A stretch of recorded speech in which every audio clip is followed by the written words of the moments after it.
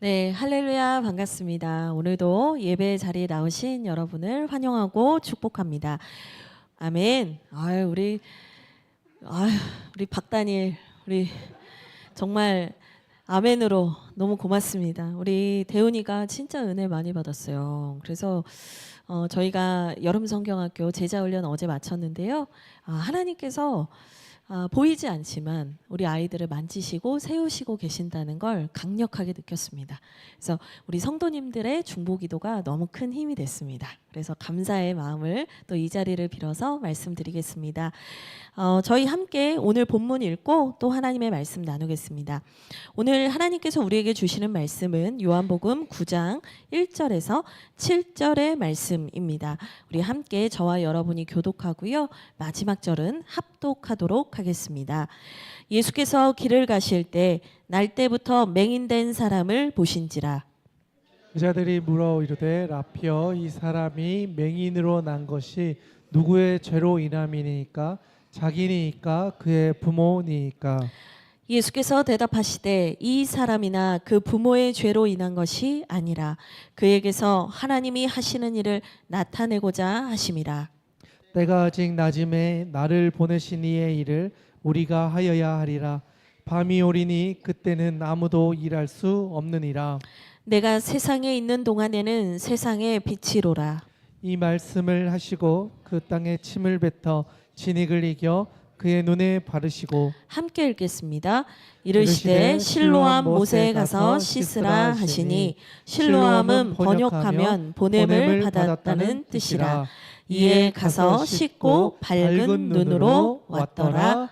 아멘. 네, 오늘 아침 예배 때 있었던 일인데요. 오랜만에 우리 수호가 왔었어요. 그래서 몇 달 만에 이제 봐가지고 너무 반가웠던 거죠. 그래서 이 복도에서 한 2m 정도 달려와서 이제 극적인 상봉을 했습니다. 2m 정도 목사님 그러면서 딱 안겼어요. 그리고 이제 수호도 반가웠는지 예배를 드릴 때 제 옆에서 드리겠다는 거예요. 그래서 그러자. 그래서 제 옆에서 예배를 이제 드리는데 이제 수호가 뭐 장난을 치기도 하다가 또 근데 말씀을 진짜 잘 들어요. 예, 제가 본 5살 아이 중에 가장 말씀을 잘 듣는 아이예요. 근데 이랬다가 또 뭐 이렇게 장난도 쳤다가 왔다 갔다 하는데 제가 이렇게 수호를 제 품에 품고 이렇게 다독여 줬어요. 괜찮다, 잘하고 있다 이렇게 다독이는데 갑자기 수호가 이제 저랑 있고는 싶은데 제 손이 뜨거웠던 것 같아요. 제가 손에 열이 엄청 많거든요, 손발에. 그래서 제가 가끔 너무 뜨겁고 더울 때는 최병환 목사님한테 이렇게 제 손을 이렇게 장풍을 쏘듯이 얹어놔요. 그러면 최병환 목사님 제 몸에 얹어놓고 서로 막 팔을 얹어놓으면서 막 장난을 칠 때도 있어요. 그 정도로 제 손에 사실 열이 많아요. 근데 이제 목사님하고는 있고 싶고 반갑고 한데 제 손은 뜨겁고, 그러니까 수호 생각에 어떻게 했냐면 목사님 손이 뜨거우니까 내가 불어줘야겠다 이런 거예요. 그래서 갑자기 제 손을 딱 잡아가더니 제가 너무 웃겨가지고 아이고 소야 어떡하지? 이건 저 단전에서부터 끌어올려오는 열이라. 근데 제가 그걸 보면서 어린아이지만 수호를 보면서 뭘 생각했냐면 우리도 주님의 손길, 우리를 만지시고 사랑하시는 그 주님의 손길이 항상 필요한 어린아이와 같은 사람들이구나. 때로는 주님께서 우리를 만지실 때 불보다 뜨겁고 빛보다 밝은 성령의 손길로 만지실 때가 있어요. 그런데 그 주님의 손길이 때로는 우리에게 뜨겁고 따갑게 느껴질 수 있지만 주님이 만지시면 그것이 우리를 깨끗하게 하고 회복하시는 능력임을 여러분들이 믿으시기를 바랍니다. 아멘. 네, 오늘 그 말씀을 좀 나누면서 또 예수님이 만져주셨던 한 사람의 이야기를 여러분과 오늘 함께 살펴보려고 합니다. 이 본문은 특별히 우리 여름 성경학교를 진행했을 때 우리 아이들도 배웠던 말씀입니다. 그래서 우리 아이들이, 우리 대훈이가 이 말씀을 나누는 중에 아는 게 있다면 과감 없이 막 외쳐주세요. 아셨죠? 네, 오늘 말씀 함께 잠깐 보겠습니다. 제가 우리 연찬이한테 부탁한 문단 나눈 게 있는데 한번 먼저 이거 보시죠. 오늘 우리가 볼 말씀은 9장 1절에서 7절 말씀인데 이 말씀을 3개로 나눌 수 있어요. 1절부터 3절까지를 예수님의 치유, 그 다음에 6절에서 7절을 예수님의 치유, 두 번째 치유, 그 다음에 가운데 4절에서 5절을 예수님의 가르침이다. 제가 이렇게 적어놨습니다. 이걸 딱 보시는 분들은 저한테 이제 귀납적 성경 연구를 배우셨던 분들은 냄새가 난다. 아 이거 뭔지 알 것 같다 하실 겁니다. 용이야, 이걸 보면 뭘 생각나지? 크게 얘기해 주세요. 왜 이렇게 다 옹알이는 하민이만 하는 걸로.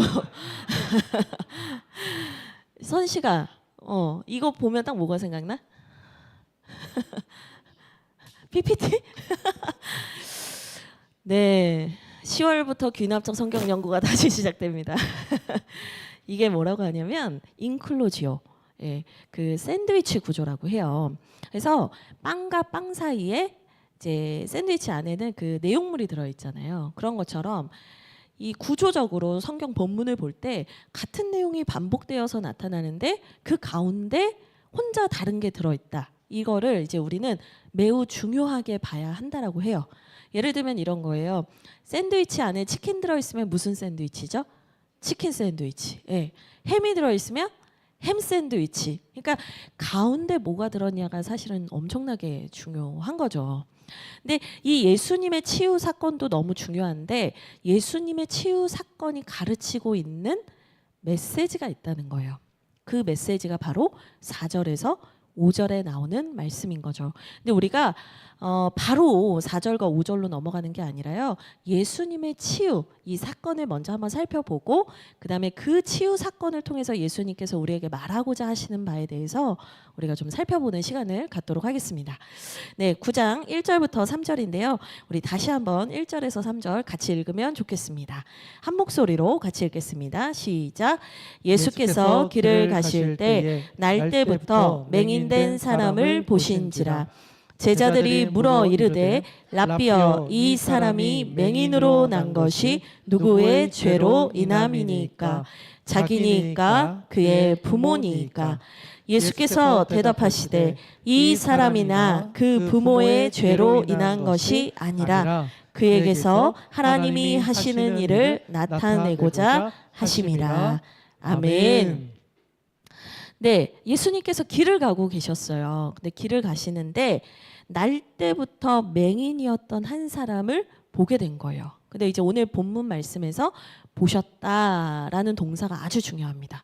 예수님께서 그를 보셨다라고 하는데 그냥 우연히 어쩌다 보니 본 게 아니라 예수님께서 그를 주목하여 보셨다라는 그 의미가 들어 있어요. 그러니까 예수님께서 길을 가시는데 한 사람을 보았고 그 사람을 주목하여 보았다는 거예요. 이 사도행전 3장에도 이런 표현이 나오는데 베드로와 요한 사도가 이제 기도할 시간이 돼서 기도를 하러 올라가던 중에 매일 그 성전 미문 앞에서 구걸하는 한 사람을 보게 되거든요. 어제 했죠, 대현이? 어제 했었나요? 성전 미문에서 평생 못 걷던 사람이 구걸을 하고 있었는데 베드로와 요한이 그 못 걷던 사람을 봤다라는 표현이 나와요. 이 보다라는 게 똑같은 거예요. 근데 이 사람이 구걸하고 있었다라는 구걸하다는 동사가 이 헬라어 원문을 보면 미완료 시제로 되어 있거든요. 이 미완료 시제라는 게 뭐냐면 계속해서 반복되는 사건을 의미해요. 그러니까 그 사람이 어쩌다가 한 번 구걸한 게 아니고 매일 거기 앉아 있는 사람인 거예요. 그러니까 베드로와 요한도 기도하러 갈 때가 이제 미완료 시제로 나와요. 그러니까 베드로와 요한도 어떤 거예요? 늘 기도할 시간이 되면 항상 기도하던 곳으로 갔다는 거예요. 근데 늘 다니던 길에 늘 지나가는데 이 사람도 늘 구걸하고 있는데 그날따라 유독 그 사람을 주목했다라고 성경이 말합니다. 근데 그 주목했다라는 동사에 담겨 있는 게 뭐냐면 성령께서 그리고 하나님께서 그를 의도적으로 보시고 그를 고치고자 다가가셨다라는 내용들이 담겨 있는 거거든요. 오늘 9장 1절 말씀에서도 예수님께서 이 맹인된 사람을 봤다라고 할 때 그냥 어쩌다 본 것이 아니라 의도를 가지고 주목하여 그를 보시고 그에게 다가갔다라고 오늘 말씀은 시작을 하고 있습니다. 그러니까 이제 제자들이 여러분 잘 생각해 보세요. 갑자기 뜬금없이 질문을 하는 게 아니에요. 예수님이 한 사람을 뚫어지게 봐요. 제가 최병화 목사님을 뚫어지게 보는 거예요. 사랑의 눈으로 그윽하게 최병화 목사님만 보면서 설교하는 거예요. 그럼 여러분들이 왜 뭐 이러실 거 아니에요. 지금 그 상황이에요. 예수님이 한 사람을 주목하여 보니까 제자들이 예수님이 누굴 보는 거야? 하고 보니까 그 사람이 못 보던 사람이라는 거예요. 그래서 제자들이 묻는 거예요. 2절에 랍비여 선생님, 이 사람이 맹인으로 난 것이 누구의 죄로 인함이니까? 자기입니까? 부모의 죄입니까? 그러니까 제자들은 이 예수님께서 이 사람을 주목하여 보시니까 본인들도 평소에 궁금했던 질문을 이제 꺼내놓는 거죠. 날 때부터 장애를 가진 사람, 날 때부터 불행을 타고난 사람, 사람들이 소위 말해서 운이 없다라고 말하는 사람. 도대체 이 사람들은 왜 이렇게 불행하게 사는 겁니까? 자기의 죄가 있어서입니까? 아니면 부모님이 무슨 죄를 지어서 이 자식이 대신 벌을 받는 겁니까? 라고 이제 물은 거죠. 근데 여러분 이게 이상한 게 아니고요. 이 당시의 시대적인 사람들에게는 이 질문이 너무 당연한 거였어요. 예를 들면 유대인들에게도 이런 부분, 그러니까 죄로 인해서 우리가 벌을 받는다는 인과응보의 개념이 있어요. 우리 욥기 말씀 볼 때 아주 여러 번 봤죠. 또 헬레니즘 그 철학이 있는 시대였잖아요. 이 당시는 이 헬레니즘에서 말하는 게 뭐냐면 원래는 영혼이 선재한다는 거예요. 이 선재가 뭐냐면 미리 있었다. 그러니까 나쁜 영혼도 있고 착한 영혼도 있는데 이 나쁜 영혼과 착한 영혼이 육신으로 태어났을 때 나쁜 영혼은 뭐 이렇게 안 좋게 태어난다. 뭐 이런 철학적인 사고를 가지고 있었어요. 그러니까 이게 유대교나 그런 헬레니즘에 의한 철학이나 뭐든지 간에 불행해 보인다. 이 사람은 뭔가 문제가 있다라고 생각하는 사람은 신의 저주를 받았다라고 생각을 했던 거죠. 그러니까 이제 이 제자들이 그 사람을 보고 물어본 거예요. 근데 예수님께서 3절에 이렇게 말씀을 하십니다. 이 사람이나 그 부모의 죄로 인한 것이 아니다. 여러분 여기서 중요한 게 뭐냐면 여러분 이 사람에게 죄가 있다 없다를 판결해 주실 수 있는 분은 여러분 누구밖에 없습니까? 하나님밖에 없는 거예요. 여러분 이 사람이 죄인이다 아니다라고 말할 수 있는 건요. 우리가 이제 물론 이 살아가는 사회 속에서 법정이라는 게 있고 판사님도 있긴 하시지만 여러분 이 사람이 죄인이다 아니다라고 결정적으로 얘기할 수 있는 권세는 누구한테만 있냐면 하나님께만 있는 거예요. 그래서 여러분이 잘 생각하실 수 있는 게 뭐냐면 중풍병자가 아픈 병자가 있었는데 예수님이 한 중풍병자를 이제 고쳐주시는 사건이 있어요. 복음서에. 근데 그 중풍병자를 고쳐주실 때 그냥 병을 고쳐주신 게 아니라 내가 너의 죄를 사한다는 얘기를 해주세요. 그러니까 주변에 있던 이 바리새인과 유대인들이 막 씩씩거리면서 저자가 무슨 권한으로 죄를 사하냐 이렇게 얘기를 하거든요. 그러니까 사실은 죄를 사할 수 있다. 이 말은요. 내가 돈이 많고 내가 똑똑하고 내가 유명한 사람이라고 할 수 있는 권세가 아니라는 거예요. 이 당시에 누구의 죄 때문이다, 누구의 죄 때문이 아니다라고 말할 수 있는 분은 오직 하나님 한 분이시라는 이 유대교의 믿음이 있었거든요. 근데 주님이 말씀하시는 거예요. 이 사람이나 이 부모의 죄가 아니다. 여러분 이게 뭘 말해주냐면 예수 그리스도가 바로 우리의 죄의 문제를 해결해 주실 수 있는 심판주 하나님이시다. 구원자 하나님이시다. 예수님께서 그 권세와 능력을 가진 메시아 그리스도다. 이제 이 얘기를 하는 거죠. 그러면서 이어서 주님께서 말씀하세요. 죄로 인한 것이 아니라 3절 후반부를 보십시오. 그에게서 하나님이 하시는 일을 나타내고자 하심이라. 아멘. 여러분 어떤 불행한 사건을 볼 때 사람들은 다 저게 벌 받은 거다, 저주 받은 거다라고 얘기를 하는데 여기에서 하나님이 하시는 일을 나타낼 사람입니다라고 예수님 말씀해 주시는 건 뭐예요? 예수님이 하나님이시다. 이걸 또 한 번 얘기해 주는 거예요.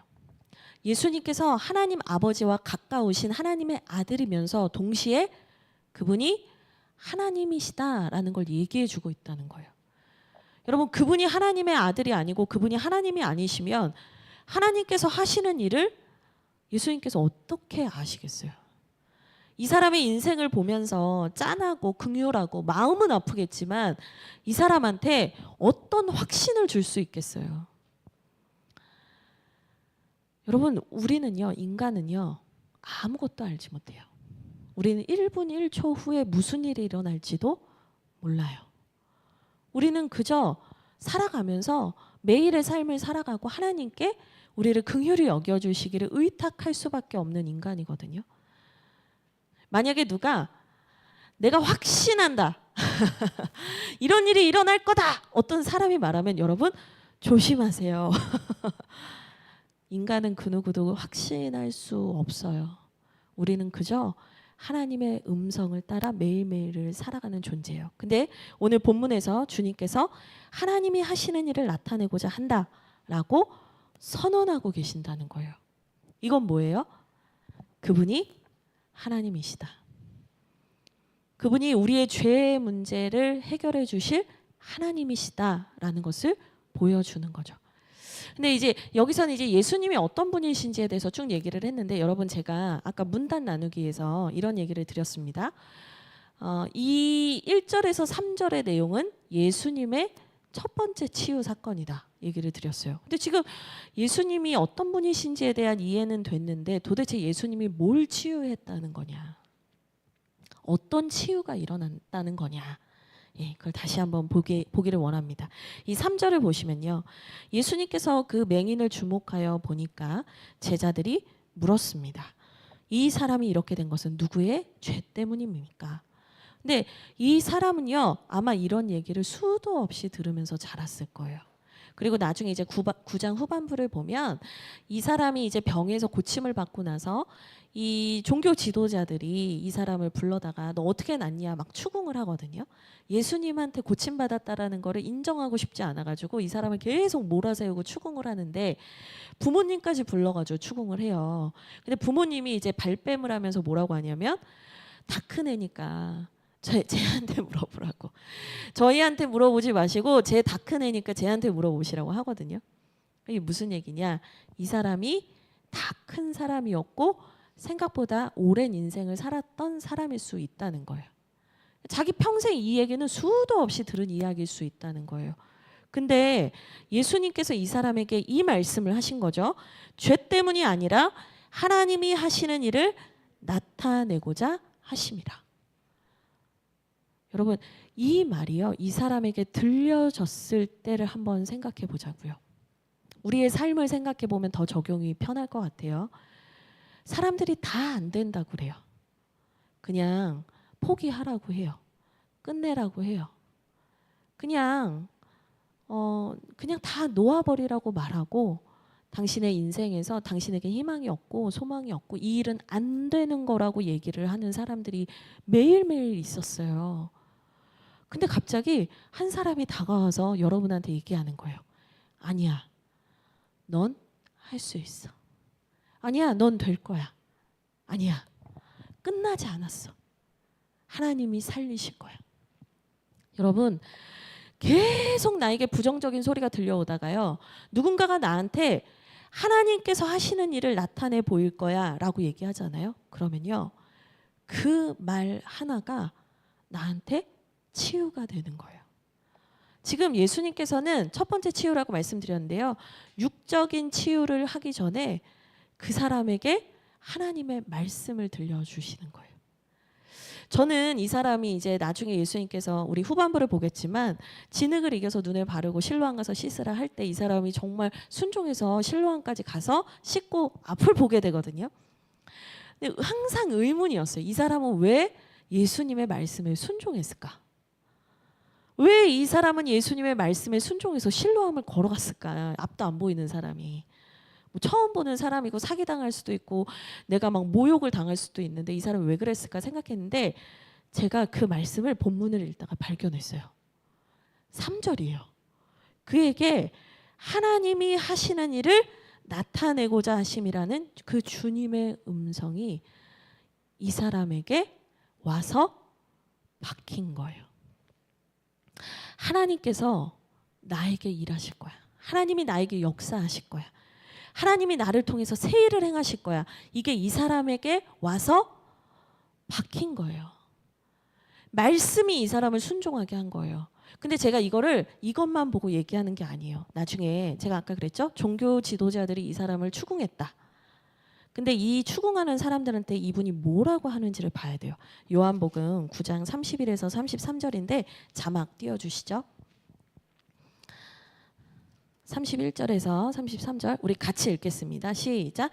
하나님이 죄인의 말을 듣지 아니하시고 경건하여 그의 뜻대로 행하는 자의 말은 들으시는 줄을 우리가 아나이다. 창세 이후로 맹인으로 난 자의 눈을 뜨게 하였다 함을 듣지 못하였으니 이 사람이 하나님께로부터 오지 아니하였으면 아무 일도 할 수 없으리이다. 아멘. 이 맹인이 종교 지도자들 앞에서 한 거예요. 예수님이 고쳐주신 게 맞다고요 얘기를 하면서 뭐라고 하냐면요. 31절에 이런 말을 해요. 그의 뜻대로 행하는 자의 말을 들으시는 분이 하나님이시잖아요. 하나님이 죄 지은 사람의 말을 듣지 않잖아요. 근데 그의 뜻대로 행하는 자의 말은 들으시는 분이죠. 33절에 그러면서 이 얘기를 해요. 이분은 예수님은 하나님께로부터 오지 아니하였다면 아무 일도 할 수 없었을 겁니다. 여러분 제가 이걸 보면서 무슨 생각을 했냐면 우리는 이 사람이 앞을 못 보니까 그냥 아무것도 모르고 하나님에 대해서도 모르고 성경도 모르고 말씀도 모르고 구걸만 하는 사람이라고 생각했지만 이 사람이 눈을 뜨고 나서 종교 지도자들과 담대하게 담론을 하는 걸 보면 토론을 하는 걸 보면 자기의 그 억울함을 얘기하는 걸 보면 이 사람이 하나님을 모르는 사람이 아닌 거예요. 이 사람이 하나님에 대해서 얘기하잖아요. 하나님은 이런 분이시다. 창세부터 맹인이 눈 떴다는 말을 듣지 못했다. 하나님은 이런 분이시다. 지금 내 눈을 고쳐준 분도 하나님께로부터 온 분이 아니면 이런 일을 할 수 없다. 하나님에 대해서 아는 사람이라니까요. 근데 특별히 33절에 하나님께로부터 오지 아니하였으면 이 일을 못한다. 이게요. 9장 3절에 예수님이 하신 말씀인 거예요. 나는 하나님이 하시는 일을 나타내려고 한다. 그 안에 그 맹인의 마음에 하나님에 대한 지식이 있었어요. 하나님을 알고 있었어요. 언제 배웠는지 아니면 앞을 보지 못하니까 누군가한테 그냥 한두 번 들은 내용일지 모르겠는데 그 흘려 들었던 것 같은 말씀일지 아니면 그가 붙잡고 있었던 말씀인지 그것까진 모르겠지만 그가 배웠고 그 안에서 숨겨져 있었던 그 말씀의 씨앗이요. 예수님의 음성이 들려지는 순간 믿음으로 반응한 거예요. 제가 이 말씀을 보면서 그 생각을 했어요. 우리가 설교 말씀을 들을 때 처음부터 끝까지 설교에 아주 고도의 집중을 해서 듣는 분은 많이 없는 것 같아요. 그래서 어린아이들 설교도 그런데 5분 안에 승패를 봐야 돼요. 근데 내가 설교를 그냥 쭉 듣는 것 같아요. 그래서 어떨 때는 어떤 거는 기억이 안 나. 목사님 그런 얘기를 했어? 집에서 나눔하다 보면 막 그럴 때 있어요.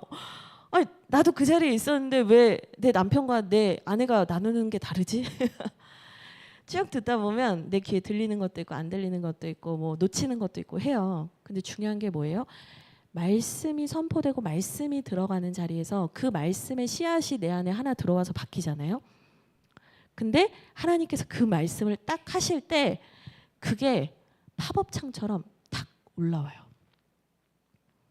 이 사람 안에서 그랬던 거예요. 예수 그리스도가 이 얘기를 하실 때 그 사람 안에서 내가 알고 있던 하나님에 대해서 말하는 사람을 본 거예요. 아마 이 사람은 다른 사람이라고 생각하게 됐을 거고 그분이 뭐 구원자인지 메시아인지는 모르겠지만 그분이 적어도 선지자는 되지 않을까라는 생각에 아마도 신뢰함으로 달려갔던 거겠죠.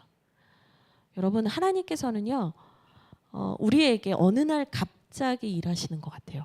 근데 그렇지 않아요. 하나님은 보이지 않게 우리 안에서 일하고 계셨어요. 근데 우리의 인생의 방향을 완전히 전환시키는 어떤 그 시점은 말씀이 역사하는 순간이에요. 내 안에서 몸부림치고 있었던 그 말씀을 하나님이 탁 끄집어내 주시는 순간이 있단 말이에요. 그래서 여러분, 매일의 예배와 매일의 말씀의 자리를 여러분들이 그냥 쉽게 여기시면 안 돼요. 이 말씀이 여러분에게 언제 어떻게 역사할지는 하나님의 때에 달린 겁니다. 어쨌든 주님께서 치유하셨죠. 그의 마음과 그의 두려움을 치유하시고 그에게 하나님의 말씀을 떠올릴 수 있는 말씀을 선포해 주십니다. 우리 이제 4, 5절은 좀 잠깐 빼놓고요. 6절부터 볼게요. 6절, 7절 같이 읽겠습니다. 시작. 이 말씀을 하시고 땅에 침을 뱉어 진흙을 이겨 그의 눈에 바르시고 이르시되 실로암 못에 가서 씻으라 하시니 실로암은 번역하면 보냄을 받았다는 뜻이라. 이에 가서 씻고 밝은 눈으로 왔더라. 아멘. 네, 사실 4절과 5절은 뭐 없어도 별 문제가 안 돼요. 그렇죠? 예수님이 그 말씀을 하셨어요. 3절에. 그리고 나서는 바로 6절로 보니까 이 말씀을 하시고 나서 땅에 침을 뱉어 진흙을 이겨 그의 눈에 바르셨다라고 얘기를 해요. 예수님께서 치유하시는 이제 육신의 문제를 치유하시는 이 과정이 좀 독특해요. 그렇죠? 여러분의 눈에 몇 가지가 이제 좀 눈에 들어올 텐데 침이라는 단어도 들어오실 거고 그다음에 진흙, 그다음에 바르다 이런 표현들이 있을 겁니다. 여러분 여기서 제일 핵심 단어는 뭐냐면 진흙이에요. 진흙. 여러분이 여기서 진흙을 딱 들으실 때 연상되는 하나의 성경 본문이 있으실 거라고 생각됩니다. 다 눈을 피하시네요. 되거나 진흙을 했을 때 생각나는 성경 이야기 혹시 있어?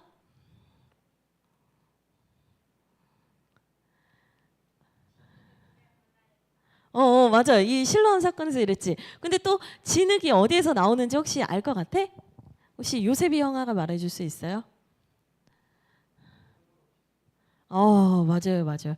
창세기에서 하나님이 사람을 지으실 때 진흙으로 사람을 빚었다라는 표현이 나와요. 근데 사실 주님께서 말씀만 하셔도 이 사람은 나을 수 있어요. 내 눈을 떠라. 네가 병에서 고침받았다. 그냥 말씀만 하시면 돼요. 근데 주님께서 굳이 진흙을 바르시거든요. 이 진흙을 바르시는 사건에 대해서 여러 해석들이 있지만 첫 번째는 뭐냐면 주님께서 그 창조하실 때의 모습으로 하나님의 형상으로 이 사람을 다시 회복하신다. 주님께서 다시 새 창조하신다라는 의미가 있는 거예요. 그래서 예수님께서 그 진흙을 굳이 바르심으로 그가 이제는 새로운 눈을 가지고 단순히 이제 뭐 우리가 이제 보듯이 이 세상을 보는 정도의 눈이 아니라 하나님이 누구시고 하나님께서 어떤 일을 하시는가를 보는 영적인 눈을 가진 사람으로 새롭게 태어나게 하신다라는 의미가 있는 거죠. 근데 또 두 번째 의미는 뭐냐면 보통 무슨 얘기를 하냐면 이 진흙을 발라서 결국에 이제 물로 씻게 하시는 그 과정이 결국에 우리의 죄의 문제를 씻게 하신다라는 의미가 있다라고 보기도 해요. 근데 여러분 잘 생각해 보세요. 우리가 죄에 쌓여 있잖아요. 죄가 우리 안에 우리 삶에 가득하잖아요. 그럼 여러분 우리가요 그 죄로 인해서 하나님을 온전히 보지 못해요. 우리가 죄가 있잖아요. 그러면요 우리가 같은 걸 보고 같은 걸 생각하면서도 다르게 말하고 다르게 판단하고 부정적으로 끌려가요. 우리 안에 죄가 있으면요 우리가 정상적으로 하나님이 하시는 일을 볼 수가 없단 말이죠. 결국에 이 사람이 앞을 못 보는 거는 그냥 육체적인 질병인 것 같지만 이 사람 한 사람의 치유를 통해서 주님께서 보여주시는 게 뭐냐면 주님을 제대로 바라볼 수 없는 죄인들, 주님을 제대로 바라볼 수 없는 그 죄인들의 눈을 깨끗하게 하신다라는 의미가 있는 거예요. 여러분 사도 바울도 다메섹 도상에서 주님을 만났을 때 앞을 못 봤어요 한동안. 근데 그 앞을 못 보던 사도 바울이 아나니아의 안수 기도를 받고 눈을 보게 되는데 그때 성경에서 뭐라고 하냐면 눈에서 비늘과 같은 것이 떨어졌다. 성경은요 끊임없이 영적으로 밝은 사람과 어두운 사람을 본다 못 본다로 표현하고 있다는 거예요. 주님께서 우리를 새롭게 창조하신다. 이 의미 있어요. 또 동시에 뭐가 있어요? 우리의 죄를 씻어주실 예수 그리스도의 구원 사역을 예표하고 있는 거예요. 특별히 여러분 여기서 실로암이라는 뜻이 보냄을 받았다는 뜻이에요. 주님께서 그 사람의 눈을 씻을 때가 여기밖에 없어서 여기로 보냈냐? 그게 아니라는 거죠. 그 지명의 이름이 갖고 있는 의미를 얘기하고 싶으신 거예요. 보냄을 받았다. 결국에 우리의 죄의 문제를 해결하기 위해서 하나님 아버지로부터 파송을 받아서 이 땅에 오신 성육신하신 예수 그리스도가 내가 너희의 죄의 문제를 해결하기 위해서 이 땅 가운데 보냄을 받은 하나님의 구원자라는 것을 얘기하고 있다는 거예요. 여러분 예수님께서 보냄을 받은 사람인 거예요. 하나님께서 그 예수님을 보내셨다라고 요한복음은 계속해서 얘기하고 있어요. 그러니까 이 사람의 병만 고치는 게 문제가 아니라 우리를 죄에서 구원할 분이 누구시다라는 것을 계속 예수님은 말하고 싶으신 거예요. 그게 나다. 그게 나다. 바로 그게 나다. 주님은 계속 그 얘기를 하고 싶으신 거예요. 근데 주님이 그것을 더 적극적으로 더 열렬하게 내가 바로 그다. 내가 메시아다. 내가 주님이 보내신 그 구원자다. 이것을 말하는 것을 얘기할 때도 있으시지만 때로는 조심하시거든요. 그 이유가 바로 4절과 5절에 나오는 거예요. 이 주님의 명령대로 한 이 사람은 가서 눈을 보게 됐죠. 그러니까 치유가 일어난 거죠. 근데 제가 오늘은 최병환 목사님 설교에 치유에 대한 얘기가 많기 때문에 전문 1절에서 3절과 6절에서 7절 이제 눈을 보게 된 치유 사건까지는 다 얘기를 한 걸로 하고 4, 5절로 넘어갈게요. 근데 예수님께서 자신이 바로 그다. 내가 메시아다. 내가 구원자다. 이 얘기를 하는 듯한데 조금 조심하시고 하시는 듯한데 좀 숨기시는 것 같은 그 이유가 나와요. 그게 바로 4절과 5절에 나오는데 이 4절에서 핵심 단어가 뭐냐? 때예요. 때. 때가 아직 낮이다. 때. 그리고 4절 하반부에 그때는 아무 일도 할 수 없다. 그러니까 지금 이 생명 살리고 새 창조를 하시고 죄의 문제에 대해서 치유하시고 우리를 구원하시는 이 일, 하나님이 보내신 일을 하는 데 있어서 때가 중요하다는 얘기를 계속하고 있는 거예요. 근데 여러분 요한복음에서 때라는 단어가 여기에만 나오지 않아요. 제가 구절을 좀 쭉 준비했어요. 여러 개가 있는데 우리 자막을 띄워주시면 하나하나 읽어보죠. 네, 같이 읽겠습니다. 시작. 예수께서 이르시되 여자여 나와 무슨 상관이 있나이까 내 때가 아직 이르지 아니하였나이다. 이게 무슨 말씀이냐면 가나의 혼인잔치에서 예수님이 사람들에게 이제 어머니에게 말을 듣는 거예요. 포도주가 떨어졌대요. 그러니까 예수님이 이 얘기하시는 거거든요. 나와 무슨 상관입니까? 포도주가 떨어졌는데 내가 신랑도 아니고 내가 무슨 상관입니까? 근데 이제 주님이 그렇게 말씀은 하셨지만 물이 포도주로 변하게 되는 첫 번째 이적을 보여주시거든요. 근데 주님께서 이 사역을 하시기 전에 무슨 얘기를 하냐?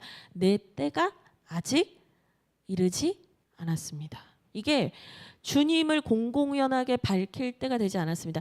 이 얘기도 있겠지만 사실은 결국에 우리를 위하여 흘리시는 귀한 보배 피, 예수 그리스도의 십자가 사건, 우리를 구속하시는 그 사건의 때가 아직 이르지 않았습니다라고 말씀해 주시는 거거든요. 또 넘겨볼까요? 같이 읽겠습니다. 시작. 너희는 명절에 올라가라. 내 때가 아직 차지 못하였으니 나는 이 명절에 아직 올라가지 아니하노라. 아멘. 이거는요 예수님께서 이제 제자들한테 하신 얘기인데 주님께서 분명히 또 무슨 얘기를 하시냐면 내 때가 아직 차지 않았다는 거예요. 내 때가 차지 않았대요. 그러니까 주님이 계속 스스로 얘기하시는 거예요. 나의 때가 있을 것인데 나의 때는 아직 오지 않았다는 얘기를 중간중간 제자들한테 계속 해주고 있다는 거예요. 또 하나 보시죠. 7장 30절 같이 읽겠습니다. 시작. 그들이 예수를 잡고자 하나 손을 대는 자가 없으니 이는 그의 때가 아직 이르지 아니하였음이로라. 아멘. 여기서는 예수님께서 이제는 슬슬 종교 지도자들에게 위협을 받고 죽음의 어떤 공격을 받고 있다라는 흔적을 느낄 수 있어요.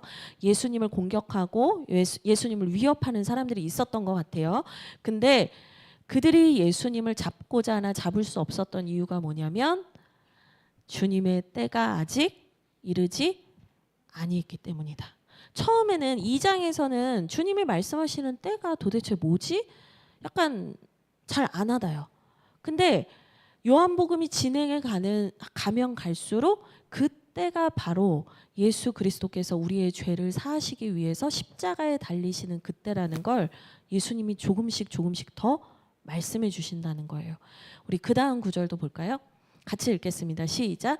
예수께서 대답하여 이르시되 인자가 영광을 얻을 때가 왔도다. 아멘. 이제 7장에서 12장으로 오니까 이제는 공공연하게 다 얘기하세요.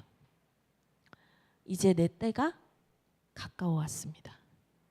내가 십자가에 달려 내 백성들의 죄를 사하는 그 영광스러운 순간이 이제 가까이 왔습니다. 마지막 하나 더 읽으면 됩니다. 같이 읽겠습니다. 시작. 예수께서 이 말씀을 하시고 눈을 들어 하늘을 우러러 이르시되 아버지여 때가 이르러 싸우니. 여기서 끝인가요? 뒷절이 없나요? 네, 여기까지 있습니다. 같이 읽어야 됩니다. 이게 1절이 더 있습니다. 같이 읽겠습니다. 시작.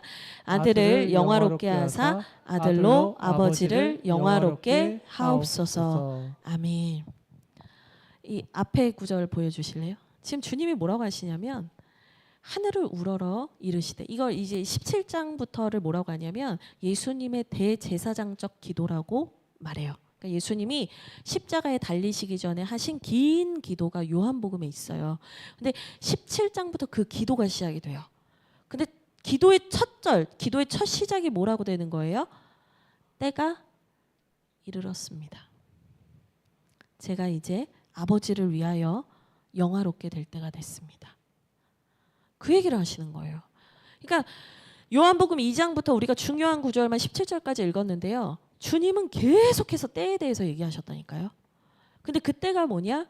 우리의 죄를 구원하시고 우리의 죽을 수밖에 없는 존재가 하나님의 자녀로 거듭나고 하나님의 자녀가 되는 그 권세를 얻기까지 주님은 일하신다는 거예요. 제가 말하고 싶은 거예요. 우리 주님은 일하고 계셨다. 그때 나를 다 내어주고 물과 피를 쏟으시면서 죽으시기 위해서 그분은 계속해서 그 목표를 향해서 달려가고 계신 거예요. 그러면서 주님은 십자가에서 우리를 구원하시는 사역을 완성하신 거예요. 오늘 말씀 4절과 5절을 다시 한번 보세요. 그 관점에서 때가 아직 낮이다. 그러니까 주님의 때가 아직 이르지 않았다. 나를 보내신 이의 일을 우리가 하여야 하리라.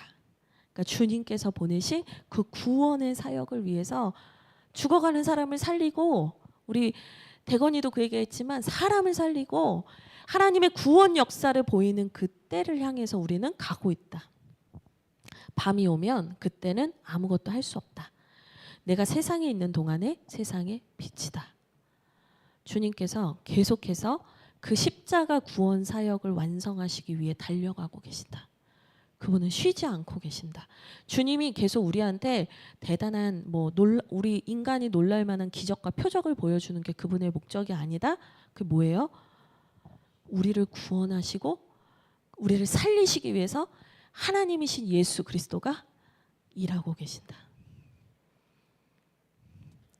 여러분, 저는요 이 말씀을 보면서 단순히 한 개인의 인생을 바꾸신 사건일 뿐 아니라 제자들에게 이 얘기하시는 거거든요. 제자들에게 가르치시는 거예요. 하나님의 열심으로, 하나님의 그 뜨거움으로 주님은 일하고 계신다. 여러분 한 분 한 분을 향해서도 주님은 그 말씀을 주시는 거예요. 너희의 가정 가운데, 너희 개인의 문제 가운데, 우리 인생의 고통의 문제 가운데 주님은 손 놓고 계신 게 아니에요. 주님은 일하고 계세요. 주님은 우리를 살리기 위한 그 일을 쉬지 않고 계시는 거예요. 그러면서 주님이 뭐라고 하시냐? 4절 한번 다시 보시겠어요? 이 4, 5절이 제자한테 하는 말이라고 했잖아요. 4절에 주님이 이런 얘기 하세요. 때가 아직 낮음에 나를 보내신 이의 일을, 그러니까 하나님의 일을 해야 한다. 근데 여러분, 하나님의 일을 해야 하는 주어가 뭐예요? 때가 아직 낮음에 나를 보내신 이의 일을 우리가 그렇지. 대훈아 잘했어. 그 하나님이 보내신 일을 누가 해야 된대요? 우리가. 여러분, 여기에서 그냥 내가 해야 돼 이렇게 하신 게 아니에요. 이거는 내가 있는 동안, 공생애 동안 내가 하다가 내가 떠나고 끝나는 일이 아니야. 어제 우리 어린이들에게 목사님 분명히 얘기했어요. 예수님께서 가르치시고 고치시고 뭐했지? 전파. 그렇지. 훌륭합니다. 저희 수제자입니다. 가르치시고 고치시고 전파하신 게 예수님이 이 땅에 오셔서 하신 사역인데, 이 세 가지 사역이 예수님이 승천하시고 나면 끝나는 게 아니다. 주님은 그 일을 누구에게 맡기신 거예요? 우리에게 맡기신 거예요. 대훈아, 예수님께서 승천하시고 혼자 우리를 그냥 두신 게 아니라 그 일을 누구한테 맡기셨어? 우리 그래서 라파 구조대 출동했잖아. 우리 사명 선언문 했잖아. 믿음으로 나아가라 막 우리 외쳤잖아. 그치? 주님이 우리라고 하고 계세요. 그 일을 이제는 고침받고 구원받은 너희가 해야 한다. 더 분명한 말씀이 있습니다. 20장 요한복음 20장 요 말씀 하나 읽고 이제 기도할 텐데요. 요한복음 20장 21절 22절 같이 읽겠습니다. 요한복음 20장 21절 20장 21, 22절 같이 읽겠습니다. 같이 읽겠습니다. 시작. 예수께서 또 이르시되 너희에게 평강이 있을지어다. 아버지께서 나를 보내신 것 같이 나도 너희를 보내노라. 이 말씀을 하시고 그들을 향하사 숨을 내쉬며 이르시되 성령을 받으라. 아멘. 예수님은 계속해서 생각하시는 하나가 딱 있어요. 하나님이 보내신 일을 해야 된다. 나는 이 땅에 그 하나님이 보내신 일을 하러 왔다. 그래서 주님은 십자가까지 한 길로 가셨어요. 그리고 계속해서 이 기적과 치유의 사건들을 통해서 내가 지금 너희들에게 보여주고 있고 가르치고 있는 이 일들을 이젠 누가 해야 된다? 우리가 해야 된다. 너희가 해야 된다.